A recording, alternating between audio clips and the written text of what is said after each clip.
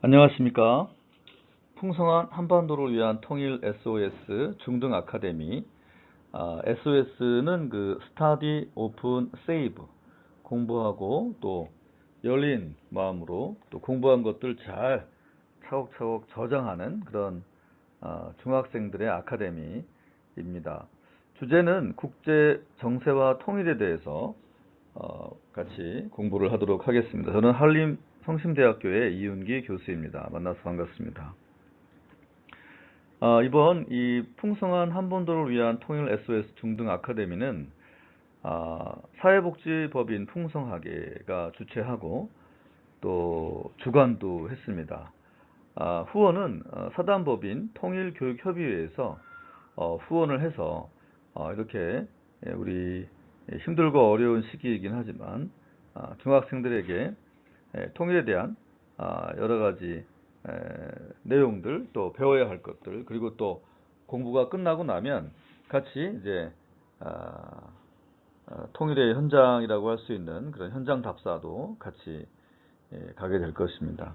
코로나가 다 잘 끝나서 이러한 일들이 빨리 마무리되기를 정말 바라는데, 지금 뭐 2.5 단계이기 때문에 10월에 지금 저희가 예정되어 있는데 10월 달에 같이 공부한 우리 학생들끼리 가서 많은 것을 공부하고 배울 수 있는 그런 시간이 될 수 있기를 바라고 바랍니다.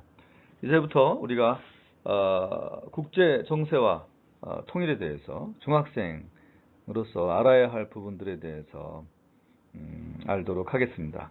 지금 여기 앞에 있는 이 캐릭터는 수달입니다. 수달인데 남한과 북한을 편하게 왔다 갔다 하기 때문에 통일교육협의회에서 마스코트로 지정한 수달인데 고리라고 들었습니다. 그래서 이게 이제 대한민국 그죠, 한반도 지도 이렇게 본인이 그 소식을 전달하는 그러한 메신저로서 있겠다, 이런 차원으로 지금 이렇게 되어 있는데요. 이 캐릭터가 여러분들의 캐릭터가 앞으로 되셨으면 좋겠습니다. 다음 보면 우리가 이제 자유주의 이 국제 질서의 기둥이 세 가지가 있는데, 그 중에 하나가 민주주의고, 또 하나는 시장 경제이면서 자유무역인 상태, 그리고 안정적인 국제 정치. 이렇게 될 때 국제 질서가 안정적으로 이루어질 수가 있는 거죠. 가장 중요한 것은 이 민주주의죠, 민주주의. 민주주의에 의해서 많은 국민들의 의견이 반영된 정치, 또 통치 형태가 이루어져야 된다. 이것을 기준으로 하고, 또 이제 서로 많은 나라들이 서로 무역을 하죠. 뭐 커피를 만드는 국가, 또 고무를 만드는 국가, 석유를 만드는 국가들, 자동차를 만들고 또 D램을 만들어내고, 그죠? 이런 IT에 관련된 걸 만들어내는, 서로 이제 무역을 하게 되어 있는데, 그런 자유로운 시장 경제와 자유무역 상태도 되게 중요한 거죠. 그럴 뿐만 아니라 안정적인 국제 정치가 돼요. 서로 막 으르렁거리고 강대국끼리 싸우고 또 강대국이 약소국을 괴롭히고 뭐 전쟁이 끊이질 않고 그러면 이게 어려운 거죠. 물론 지금 2차 세계대전 이후에 미국과 동맹국들에 의해서 구축된 이 시스템들은, 이 국제 질서는 사실 계속 잘 이어져 오고 있습니다. 지금까지는 별 문제 없이 잘 이어져 오고 있다, 이렇게 판단이 되고 있는데, 사실 요즘 그렇지 않다라는 생각이 들지 않으세요? 요즘 좀 심상치 않죠. 요즘 문제가 많아 보이는데, 거기에 대해서 다뤄보겠습니다. 이 자유주의 국제 질서가 흔들리고 있다라는 겁니다. 민주주의였는데 권위주의 성향에 되돌아 실질적인 민주주의가 후퇴하는 듯한 느낌이 전 세계에서 들고 있고, 또 시장 경제 자유 무역이 그냥 자국 중심 보호 무역인. 그래서 지금 보시다시피 중국하고 미국이 막 그 무역 전쟁을 하죠. 근데 이런 일들이 계속 일어나면 빈부가 심하게 격차가 일어나게 되고, 잘 사는 사람, 못 사는 사람의 이 차이가 커진다. 그리고 이 내부적인 경제 문제를 해결하기 위해서 무역하지 않겠다. 이 상대방하고 무역하지 않고 그냥 본인들이 원하는 방향으로만 무역을 하겠다. 이러면서 이게 다 깨어지게 된 거고요.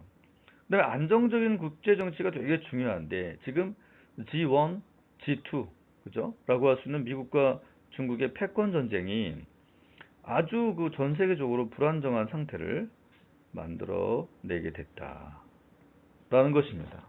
이게 아주 심각한 지금의 우리가 당면한 문제들이죠. 그래서 자유주의 국제 질서의 새 근본이 흔들리면서 전 세계적으로 초불확실성의 시대에 여러분들이 지금 닥치게 된 거다. 그런 상황에 여러분들이 지금 살고 있다. 이것을 우리가 New Normal이라고 하는데 초불확실성 시대다. 그래서 정상으로 돌아갈 수 없을 정도로 불안정이 심화됐다라고 하는 의미입니다. 이 불안정은 지금도 지속되고 있죠. 사실 이 상황에 코로나라고 하는 불안까지 더해져서 사실 뭐 쉽지 않습니다. 이 세상이 어렵고 여러분도 지금 학교에서 공부하는 것도 너무 어렵고 힘들 텐데 또 이렇게 유튜브로 통일에 관련된 공부를 여러분이 해주셔서 무척 감사하다고 생각이 듭니다. 이런 초불확실성의 시대에서 어떻게 되고 있느냐? 자유주의 국제질서의 동요로 초불확실성의 시대가 다가왔다. 그러니까 서로 큰 강대국끼리 전쟁이 일어났다. 눈에 보이지 않는 전쟁이 일어났다. 그것은 뭐 군사적인 충돌이 아니라 경제적 충돌이 먼저인 것 같아요. 그래서 이 미국하고 중국이 갈등 관계에 있죠. 또 일본도 보통 국가가 되겠다. 이거는 이제 전쟁을 할 수 있는 국가가 되겠다 이런 건데 이제 아베는 이제 일선에서 물러났죠. 하지만 아마 다 이 일을 하기 위해서 후임들을 계속 만들어낼 건데 일본이 일반적인 보통 국가가 되겠다고 하는 것은 언제든지 전쟁을 선포하고 언제든지 전쟁을 할 수 있다. 그런 국가가 되겠다라는 거예요. 우리 조선시대 때 임진왜란 잘 기억나시나요? 일본이 쳐들어왔었죠. 예. 또 이 중국의 부상, 중국이 엄청나게 강한 국가로 G2로 계속 지금 성장 중이죠. 그다음에 한중, 한일의 관계도 아주 복잡합니다. 서로 돕고 돕는 관계이긴 하지만 이게 중국하고 미국이 싫어지니까 우리가 중국하고 친한 거를 미국이 또 싫어하니 이게 뭐 어느 정도 거리를 둬야 될지 참 쉽지 않은 그런 상황이 됐어요. 이거를 이제 초불확실성의 시대라고 말할 수 있습니다. 근데 이걸 극복하려면 어떻게 되느냐? 인류의 보편적 가치인 인권이나 민주주의, 자유주의 이런 것들을 지향하고 이 방향으로 나가고 그런 국가들끼리 서로 협력하고 그런 똑같은 마음을 갖는 공감대 형성을 하는 게 중요하다. 미국의 그 동북아 전략을 보시면 미국하고 일본, 그다음에 인도, 호주가 이렇게 다이아몬드 방식으로 이 태평양을 방어하는 시스템을 미국이 갖고 있는데 이거 사실 일본의 전략도 같아요. 일본이 미국하고 동맹 관계를 갖고 있죠. 이렇게 다이아몬드 디자인으로 태평양을 방어하는 미국은 이런 생각을 갖고 있고 그 다음에 또 미국의 이 트럼프는 아메리카 퍼스트, 미국이 최고다. 미국이 먼저고, 미국이 먼저 먹을 것도 먹고, 미국이 먼저 뭐 하고 난 다음에 그 다음에 나머지 국가들 해라. 우리가 최고로 좋은 첫 번째 국가가 되어야 된다라고 하는 생각이 트럼프고 또 트럼프 행정부의 생각입니다. 그러면 중국은 어떠냐? 이 중국은 너무나 놀랍게도 신형 대국 관계를 주장하면서 미국의 영향력을 밀어내는 전략. 그러니까 이 태평양 한가운데에 있는 미국의 힘을 사실 미국은 멀리 떨어져 있죠. 떨어져 있기 때문에 이 영향력을 발휘하기가 어렵기 때문에 뭐 중국이나 러시아를 방어하기 위해서는 한국, 일본 뭐 이런 나라들이 꼭 필요하죠. 근데 이 태평양은 두 강대국을 품을 수 있을 정도로 넓은데도 불구하고 둘이 싸우고 있죠. 그래서 중국의 1대1로 정책을 저희가 보면 중국의 주도의 신실크로드 전략을 보면 동남아시아, 중앙아시아, 서아시아, 아프리카, 유럽을 잇는 인프라, 무역, 금융, 문화, 교류의 경제벨트가 있습니다. 그래서 이렇게 해안으로 따라가는 타고 또 대륙을 따라가는 것을 해서 완전히 하나의 서클로 만들어내서 중국이 어디든지 갈 수 있고 어디든지 사업을 할 수 있는 그 중국의 돈이 어디든지 위안화가 사용될 수 있는 그런 패권 국가로 가겠다. 그리고 달러가 기축통화인데 이 위안화가 기축통화로 만들어 보겠다라는 생각을 중국은 갖고 있습니다. 자, 그러면 이 중국과 미국이 어떻게 경쟁하느냐? 자신의 영향력을 유지하려고 하는 미국과 그걸 밀어내려고 하는 중국 사이의 경쟁이 심화되고 있죠. 그래서 미국은 경제적, 안보적 모든 부분에서 전방위적으로 중국을 견제하는 전략을 갖고 있고 중국은 중국몽의 구체적인 방식들은 세계 규칙을 만들어 놓은 미국의 역할들을 중국이 다 할 수 있다. 우리도 다 할 수 있다. 우리한테 맡겨라. 우리 싸게 잘할 수 있다. 사실은 중국의 그 세계의 공장의 역할을 하도록 만들어준 건 미국이거든요. 근데 미국이 그렇게 만들어주면 중국은 자유민주주의 또 자유경제 사회가 될 걸로 예측을 했는데 사회주의를 공산주의를 유지하면서 진행이 되고 있는 것에 대해서 미국이 지금 중국과 충돌하고 있는 부분이기도 합니다. 자, 그러면은 이렇게 미국과 중국이 경쟁 구도가 되어 있는데 미국은 지리적으로 동북아가 멀기 때문에 한국과 일본 동맹 국가의 관계가 중요합니다. 그래서 미국은 아마 우리나라를 떠나지 않을 겁니다. 또 일본도 떠나지 않을 겁니다. 왜냐하면 태평양으로 밀고 나오는 중국과 러시아를 방어하기 위한 어떻게 보면 마지노선일 수 있거든요. 미국과 중국은 한반도, 동중국해, 그다음에 대만, 남중국해 등 동북아 4개 장소에서 전쟁 중이에요. 눈에 보이지 않게 막 타닥타닥하고 뭐 카디지를 침범했네, 뭐 하지 않았네 그러면서 그리고 2018년부터 지금까지 관세 전쟁을 지금 하고 있는데 그래서 우리도 아주 경제적인 악영향을 받고 있죠. 그럼 일본은 어떠냐? 보통 국가 전환인데 평화헌법 수정을 통해서 평화헌법이 뭐냐면 2차 세계대전이 끝나고 나서 일본은 전쟁을 하지 않는 국가, 전쟁을 아예 안 한다 우리는. 그래서 그런 군대를 만들지 않겠다. 그래서 군대가 없어요. 그렇게 만들었는데 안 되겠다. 군대 만들자. 그래서 보통 국가의 전환을 지금 진행하고 있습니다. 그래서 미일 동맹의 목표는 중국을 견제하는 거죠. 그래서 미일 동맹을 중심으로 한 일본의 동북아 전략은 대중국을 견제하는 겁니다. 이거는 두 나라가 똑같은 마음이 맞아요. 마음이 맞아서 그렇게 지금 현재 진행하고 있죠. 그럼 러시아는 어떤가? 푸틴 아시죠? 러시아의 푸틴은 유라시아주의와 신동방 정책입니다. 그래서 러시아가 기존의 동북아시아 지역에서 가장 위대했던 역사가 있었거든요.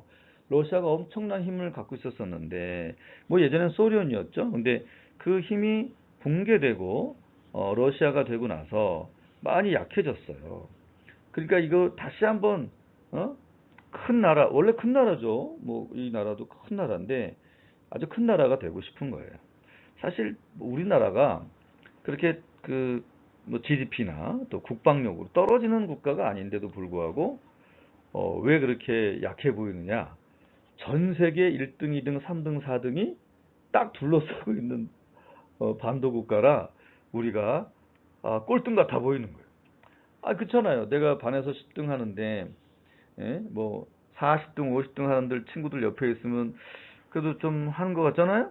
근데 이 10등 하는 친구가 1등, 2등, 3등 옆에 있어 봐요. 그 꼴찌지 뭐, 그 상황에서는.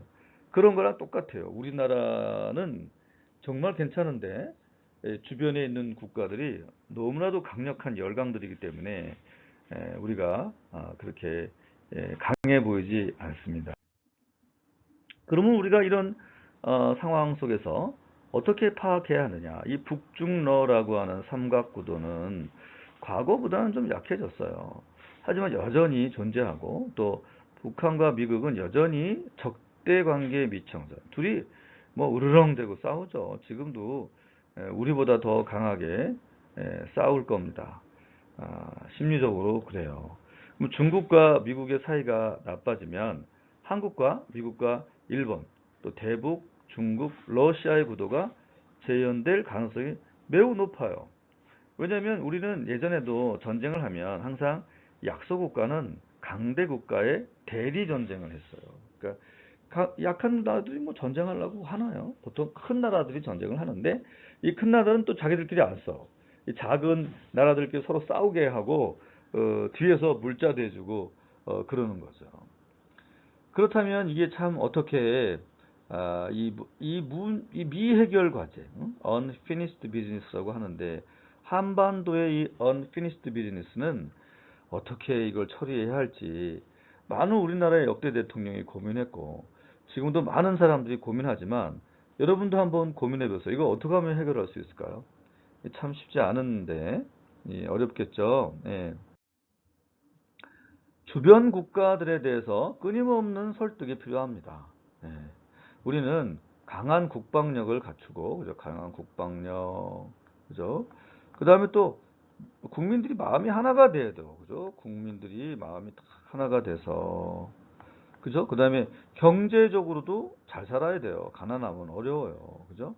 경제적으로도 안정이 돼서 이걸 잘 갖추고 주변 국가들을 설득해야 돼. 그래서 현재 상황의 변화와 지각 변동을 거부하는 경향성들을 갖고 있는데 한반도 평화가 중요하다.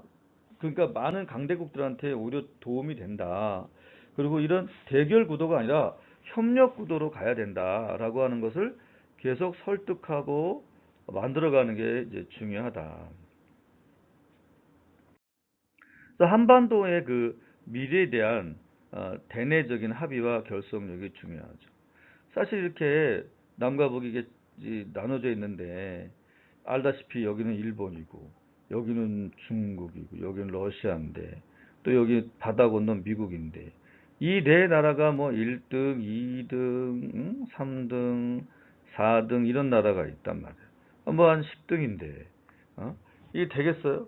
이게 얼마나 어려워요. 근데 북한은 또 핵을 갖고 있잖아요. 핵을 갖고 언제든지 공격한다 그러고 그러니까 우리도 막 무기를 만들어서 공격한다 그러고 이런 대결 구도가 우리 먼저 되어 있고 그죠? 우리부터 되어 있고 그다음에 이런 강대국들도 대결 구도거든요. 이게 평화 구도가 절대로 아니에요. 그러니까 미일 동맹, 그죠? 중러 동맹. 근데 사실 중국과 러시아는 친하지도 않아요. 얘들도 정말 서로 으르렁거리면서도 만약에 싸움이 나잖아요. 그 얘네 둘은 손을 잡아요. 예. 왜냐하면 얘는 같은 사회주의거든요. 예. 얘 손을 잡게 돼 있어요. 그러니까 분명히 이렇게 손을 잡겠죠. 이렇게 손을 잡고 이렇게 손을 잡고 싸우겠죠. 예. 옛날에도 그랬고 앞으로도 그럴 가능성이 매우 높습니다. 그럼 한국이 어떤 역할을 해야 되겠느냐? 이게 한반도니까 어떻게 보면 다리예요. 브릿지죠. 그래서 미국과 일본의 인도태평양 전략, 또 중국의 일대일로 정책, 또 러시아의 신동방 정책 사이에서 이들을 서로 연결시키는 거죠. 상호 협력의 지점을 만들어내고 싸우지 않고, 그죠? 협력하는 거. 서로 하나가 되자, 싸우지 말자. 참, 이거 어려워요, 그죠? 근데 이상하게 힘이 있는 사람들이나 힘이 있는 국가들 보면 싸우더라고요. 참 싸우는데 이거 우리가 어떻게 해야 될까요? 사실은 먼저 우리는 힘을 길러야 돼. 우리도 힘을 길러야 이런 가교 역할을 전 할 수 있다. 그렇게 생각합니다. 그 힘이 있어야 힘도 있고 돈도 있어야 개선도 하자, 이렇게 개선해 가자, 이런 말도 할 수가 있다. 그래서 복잡한 이해관계를 조율하고 서로 협력하고, 그래서 평화랑 경제가 서로 잘 진행하는 선순환되는, 그래서 결국은 한반도 평화 통일이 되는 이런 나라가 될 때까지 우리 이 인천의 미추홀구에 있는 중학생 여러분들은 공부도 열심히 하시고 또 건강하게 몸을 또 만들어 가시고 또 많은 지식과 지혜를 가져가시기를 부탁을 드리겠습니다. 강의 열심히 들어서 감사합니다.